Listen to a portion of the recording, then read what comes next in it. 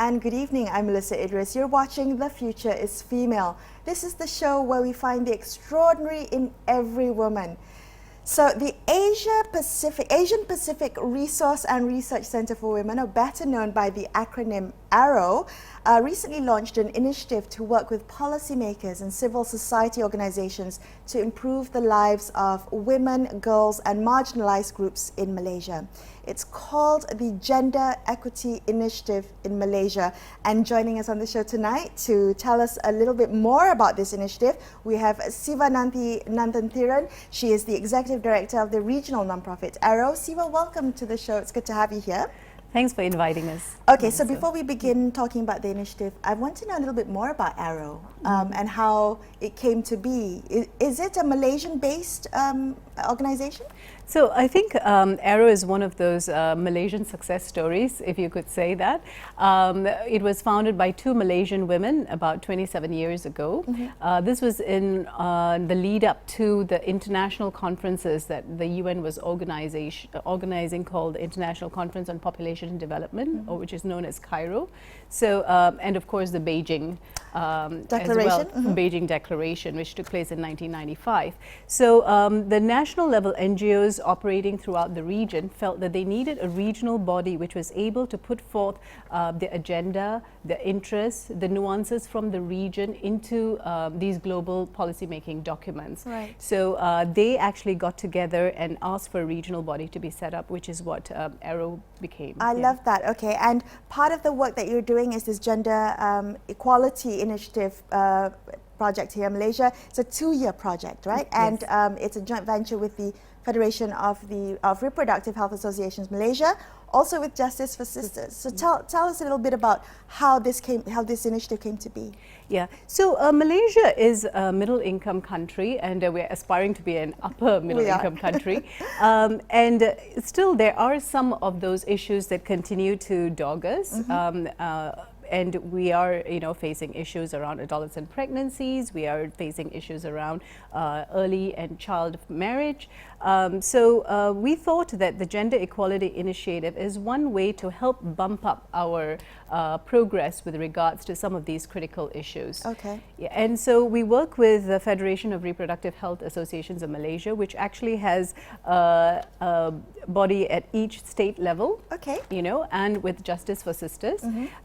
And the calls for the project is to kind of put mainstream comprehensive sexuality education and make it available to young people, to look at amending the laws around early and child marriage, and of course to ensure that marginalized communities have their rights respected and recognized. Okay, all right. So, but some of these issues that you talked about have been, long-standing issues, perennial issues in Malaysia. We've been dealing with this for a while. Why is it now that there's been kind of an initiative? Is there something that tipped the balance, or was there a pivotal point that you decided, okay, we've got to have an initiative, take action, have more focus on this? I think that because in the last 2 years we've been discussing around the Gender Equality Act in Malaysia, and very often gender equality, and as important as those issues are, right, representation in parliament, representation in cabinet and executive are important, portrayal of women in media, but also we want to look at more of the soft issues which are basically around the bodily autonomy and integrity issues that girls and women face, on a daily basis. And sometimes these topics seem to be so soft or mired in a lot of the social morality taboo type of topics that it seems impossible to kind of push the bar, so we thought that seems to be difficult, so let's do it. I love that, and it's absolutely true. You're right, it's mired in social morality. Who is this initiative targeted for? I mean, it feels like, yes, it's about girls and women, but there's so much more because it's such a social issue. Yeah. who are you engaging when you're within this initiative? Yeah, so I think that the stakeholders, when we look at the stakeholders that there are, I think the first is, of course, civil society organizations who are involved in the field and equipping them, as well as helping strengthen their capacities to do research and to do advocacy. So that's why we're working with both Justice for Sisters and the Federation of Reproductive Health Associations of Malaysia. But we also want to reach out to stakeholders, because who they are can the be stakeholders? so it could be government stakeholders, for hopefully, some of the policymakers who are operating at both national and at state level. I think the media is one outreach that we're definitely doing. That's definitely a stakeholder. Okay. Yeah, because I think reporting on the issues in with the nuance that is necessary to make that perception change is something that we are looking towards. So I think that these are generally the stakeholders. Yeah. Okay. All right. So when we're talking about engaging those stakeholders, what about the community? Because I think about, when we think about social morality, wanting to engage stakeholders at a really grassroots level, religious leaders, community leaders, are those part of your stakeholders as well? I think that some of those religious leaders we have reached out to. I think we hold dialogues within the organization and within our network as well. But religious leaders sometimes fall into two categories. They are the champions, and there are few, they're there. And then there are perhaps the mainstream ones who don't want to kind of lose popularity or take a outward stance on these issues. Right. The dialogues have been open and engaging? Yes, definitely. Okay. Yeah. Wonderful. All right. Very quickly, I also wanted to ask you a little bit about the issues that you are zooming in on, because you mentioned quite a few. Yeah. Are there several issues, or is there a specific issue that you are hoping to highlight or prioritize? I think that comprehensive sexuality education is, has waited for a long time to become a reality in the country. And I think that not only because of the adolescent pregnancies and the numbers that were, year on year rising for almost 5 or 6 years. And I think there is definitely a need for sex education. What does that mean, comprehensive sex education? So comprehensive sexuality education actually... Sexuality education. Yes. Okay. So it's it covers a range of issues, right? I think in the UN stance, it has been called age appropriate. So for example, even as early as 3 to 4, 5 years old, kids need to be taught about things like good touch, bad touch, right? And of course, being taught about things like grooming, because we have our kids have access to media, they have access to technology, they have access to devices. So it's important for us to actually empower them with that, right? Then of course, later on, how to negotiate relationships, because very frankly, I mean, caring for someone else, falling in love, these are all part of the adolescent teenage experience, right? And some of us navigate it better than others. And the reason we navigate it better is because we had a support system. We had information on how to navigate it. But not everybody has that, right? So I think giving access to adolescents and young people that sort of information is really important and vital for them. So, and it's not only about preventing pregnancy and preventing HIV and STIs infections, but it's also about understanding consent boundaries. And these are actually, and you can see, it's playing out in the media at the global level, it comes, right? So how do we actually teach young people, how do you understand consent and boundaries of another person?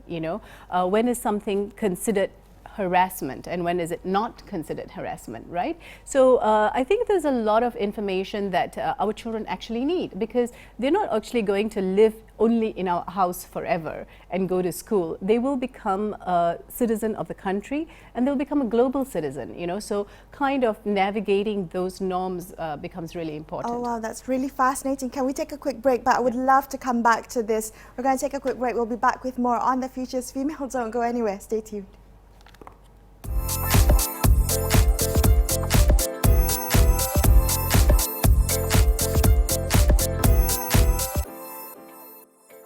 Welcome back to The Future's Female. I'm Melisa Idris. I'm chatting tonight to Sivananthi Thanenthiran. She's the Executive Director of the regional nonprofit Aero. Siva, you talked a little bit about this comprehensive sexuality education. So interesting. Where is this information, where should this information be placed so that we equip our children, our young people to learn more about this? You know, what's your recommendation? What is Aero looking at?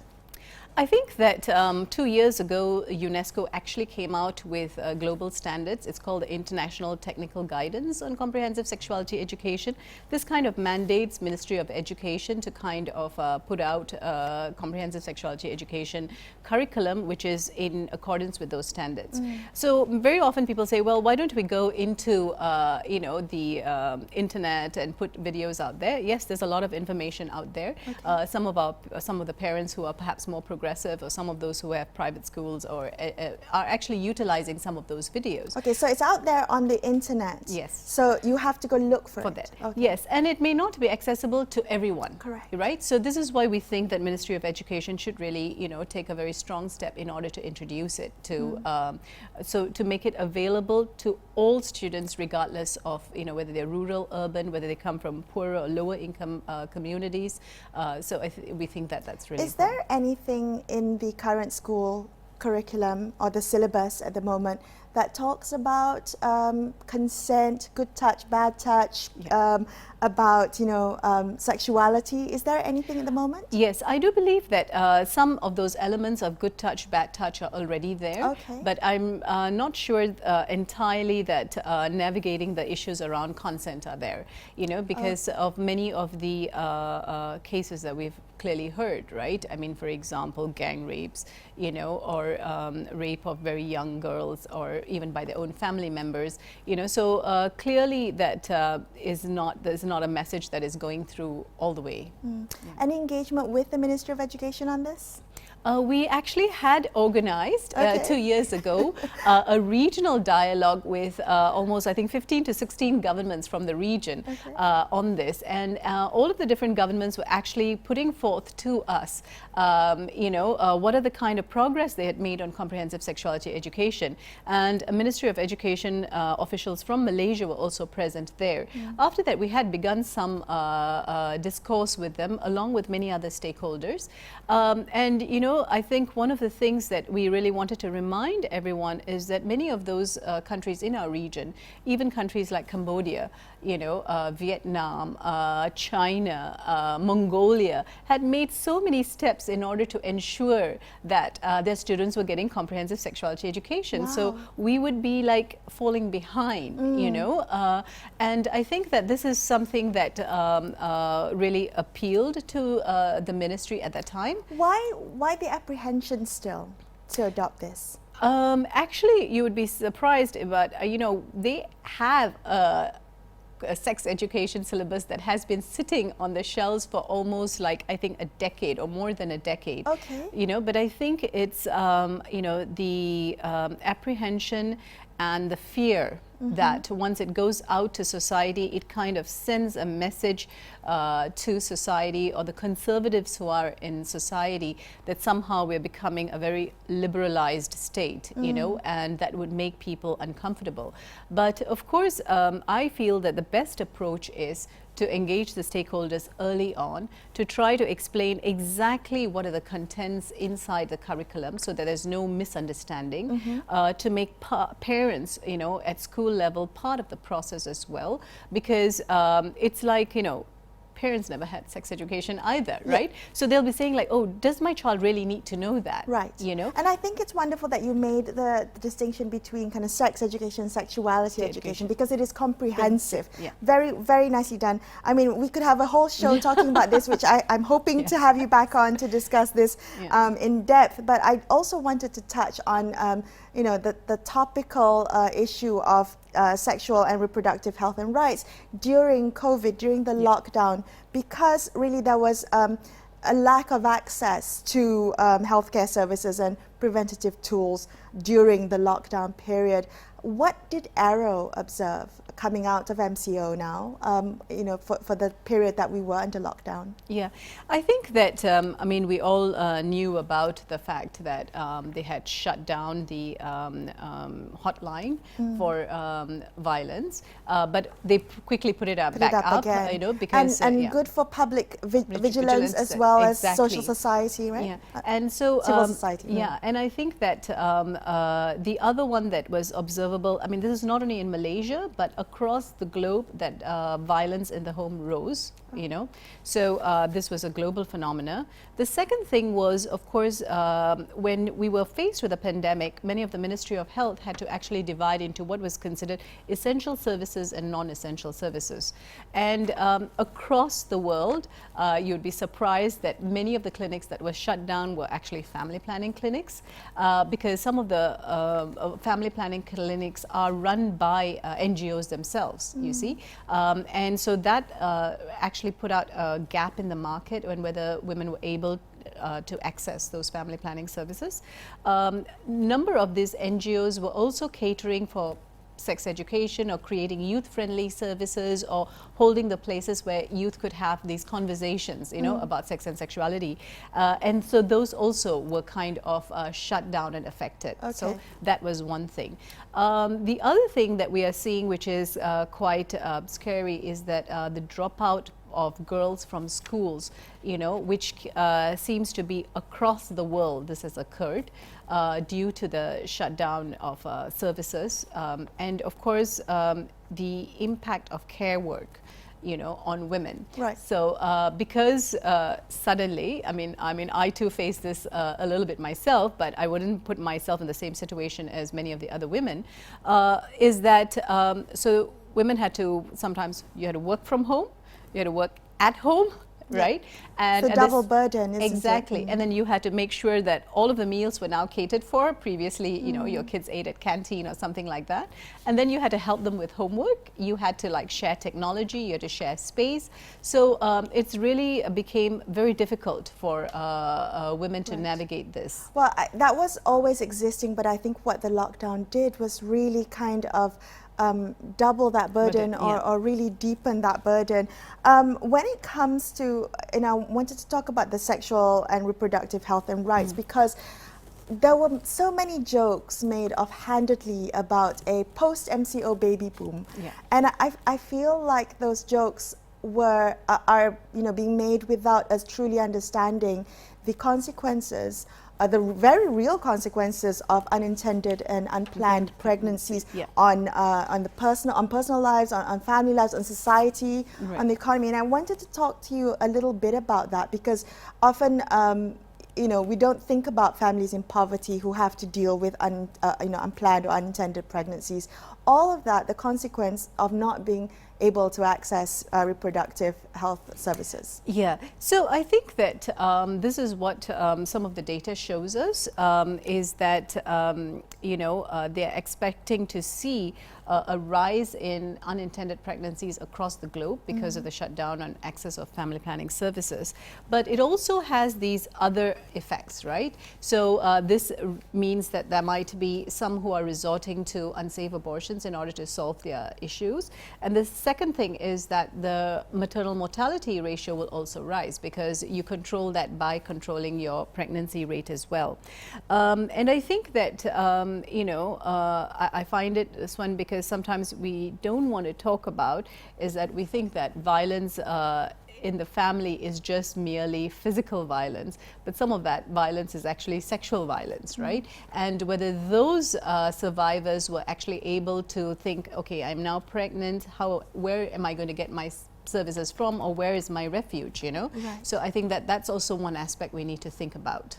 For sure. I mean, I guess also during the lockdown, financial stress as a trigger, personal stress as a trigger, all of those things triggering domestic violence, and not just physical violence, as you said. And what's interesting, I wanted to ask you about was, you know, Women's Aid Organization weighed in on that very famous case of the YouTuber and the assault case, which she dropped those charges. And WAO had criticized media reports that suggested that this was a private domestic matter, should be left to the couple to sort out on their own, which is a misconception that domestic violence is a private matter. How does Aero approaching this? I think that the idea of that there are personal matters that need to be handled within the confines of your home is something that is across so many different issues, right? The reason that some of these issues are actually public policy issues is because women are already at a disadvantage. You know, many women are at a disadvantage economically within the relationship, which we don't talk about. They're also at a disadvantage, you know, socially, and you know, with regards what power they can exercise. So this is why we think that laws need to be created to kind of elevate women's status to be that of equal to men. So you talked a little bit about the Gender Equality Act in the beginning of the show. Yeah. That act is an all-encompassing law. Is that to make sure that there's no discrimination against women? Talk to me a little bit about it, because it feels like it's such a big, broad umbrella, right? Yeah. So I think that when the NGOs were actually kind of coming to the government and talking about it, is because they wanted to have one of these laws that kind of protect women's equality in every sphere. Right? Beyond that of just the Domestic Violence Act, which we have had since, I think, 1994, if I'm not mistaken, and of course recently updated as well, I think a few years back.